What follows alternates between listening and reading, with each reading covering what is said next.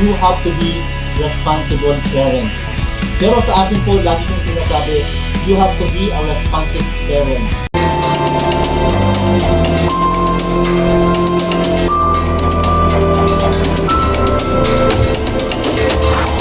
The Gear Shifter.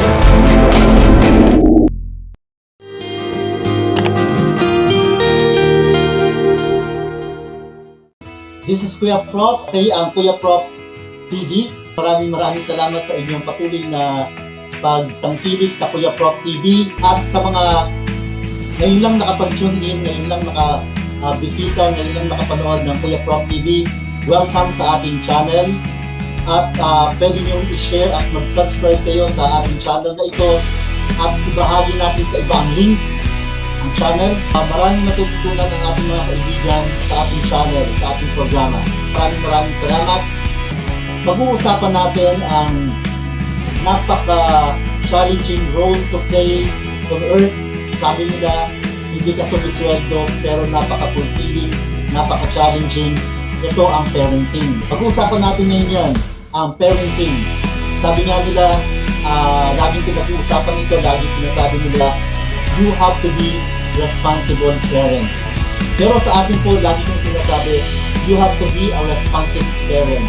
Why responsive? Sabi ko, dapat lagi kayong nakatugon dun sa pangangailangan ng mga bata sa kahit anong pagkakataon at panahon.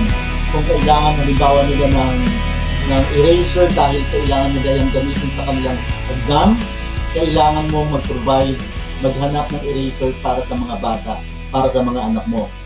So, napaka-fulfilling role niyan, bagamat mahirap, yung mga bata daw ay nakakatanggal ng pagod. Lagi ko yung naririnig, nakakatanggal ng pagod ang mga bata. Naiintindihan ko, pero higit kong naiintindihan nung ako'y nagkaanak na.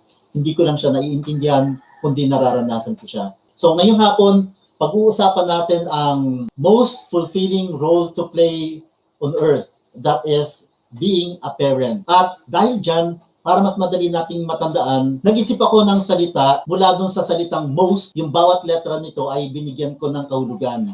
Yung M-O-S-T, most, ay may kahulugan dito sa aking ibabahagi sa inyo. Ito rin ay ayon sa research na yung mga magulang talaga ay dapat may ganitong katangian. Number 1, letter M, parenting is modeling. You have to be a role model to your kids. Dapat ipapakita mo sa kanila, ipapakita natin bilang magulang yung mga bagay na mabubuti sapagkat yung mga bata mabilis silang mag-absorb ng mga new information, mag-absorb ng mga gawin ng mga magulang at ginagaya nila yan.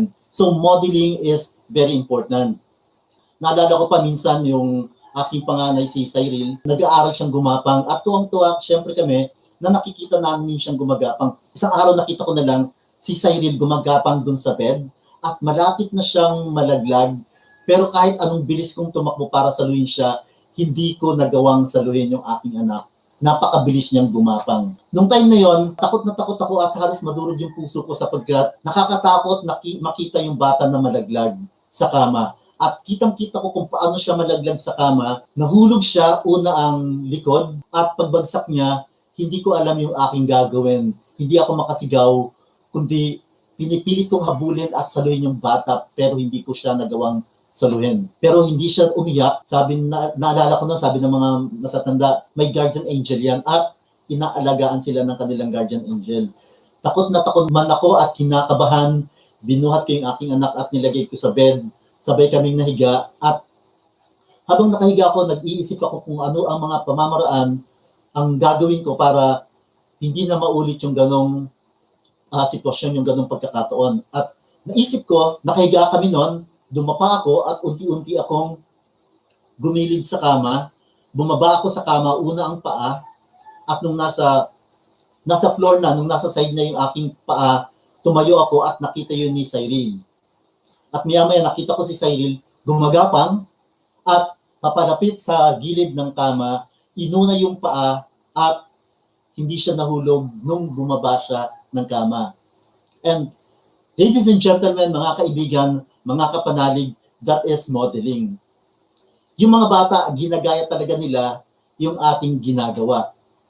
Sabi pa nga nung narinig ko minsan, yung maling ginagawa ng matatanda ay nagiging tama sa mata ng bata. Ganun po makapangyarihan at napakabilis mag-absorb ng mga bata. So, kung ganyan po ang sitwasyon, magpakita lamang ng mga magagandang halimbawa sa mga bata sapagkat ginagaya nila yan. Parenting is modeling. Nagiging role model po tayo sa ating mga anak. Yan po yung first letter ng salitang most. Sabi ko kanina, parenting is the most fulfilling job, fulfilling career, fulfilling role to play. So, ito po, yung ating letter M ay modeling. Number 2, nakada na po ba kayo sa number 2? Anong second letter ng most? O. Napaka-ordinary po nito. Sabi nila, parenting is an ordinary role expressed extraordinarily. Pinapakita po natin yung ating role, ginagampanan natin yung ating role at ginagawa natin to in an extraordinary way. Halimbawa po, yung pagluluto na lang ng agahan araw-araw, parang napaka-ordinary yan. Pero ginagawa po natin special yan para sa mga anak natin at para sa ating mga mahal sa buhay. So napakahalaga na pinapahayag natin yung ating pagmamahal sa kanila bilang magulang in an extraordinary way. So napaka-importante nun. Minsan, gumagawa ko ng breakfast at laging may natitirang kanin dun sa breakfast namin. Ang ginagawa ko po, nilalagay ko yung natitirang pagkanin dun sa isang container at nilalagay ko sa freezer at sa ref para hindi siya mapanis kaagad. At nakaipon po kami noon araw-araw hanggang isang linggo. Sabado po nakita ko ang daming tirang kanin at nag-decide po ako na gawin itong i-fried po ito isangag. At naisip ko kung paano gawin ng mga kainan, ng mga restaurant, ng mga fast food chain yung kanilang fried rice. Ginaya ko po yon at nagawa rin ako ng sunny side up. Nilagyan ko pa ng ibang ulam, longganisa at hotdog. At sinerve ko po yun sa mga bata. Kung paano sinuserve sa mga fast food yung ganong klaseng pagkain, ganun ko siya sinerve. At para sa kanila, napaka-special nun. Ordinary yung pagkain, but it is prepared in an extraordinary way because it is very special for them. And after that, they are always looking for Saturdays. Araw-araw, nagtitira sila ng pagkain para lang natirang kanin at isangag ko pagdating ng Sabado. And that is what? Letter O of the word most, ordinary role expressed extraordinarily. So that is parenting. Parenting is an ordinary role expressed extraordinarily. That is the second letter of the word most.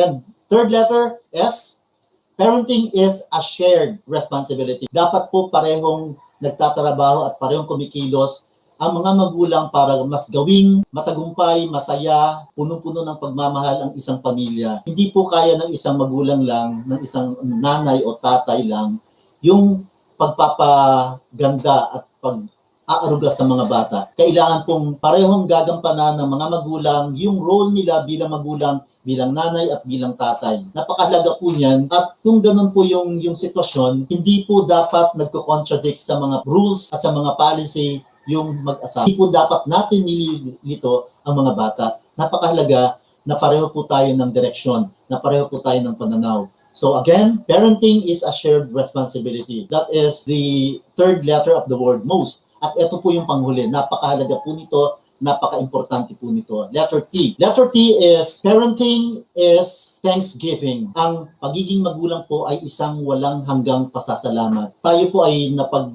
pinagkatiwalaan at binigyan ng biyaya ng ating may kapal na pangalagaan at arugain, palakihin ang mga bata ng punong-puno ng pagmamahal at may takot sa Diyos. Hindi po lahat ng mga tao ay nabigyan ng pagkakataong maging magulang. Babiyaya po nun, napakaswerte po natin na nabigyan po tayo ng pagkakataong maging magulang. Dapat po binibigyan natin ito ng importansya.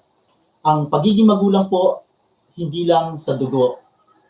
Hindi ibig sabihin na hindi mo kadugo yung isang bata, hindi ka na magulang para sa kanila. Ang pagiging magulang po ay hindi lamang sa dugo. Ito ay laging nasa puso. Dapat kahit hindi po natin anak, binibigyan pa rin natin ng pagkakataong maramdaman nila yung pagmamahal sapagkat pag naramdaman nila yung pagmamahal niyan, maipapadama din nila yan sa iba, sa kanilang kapwa.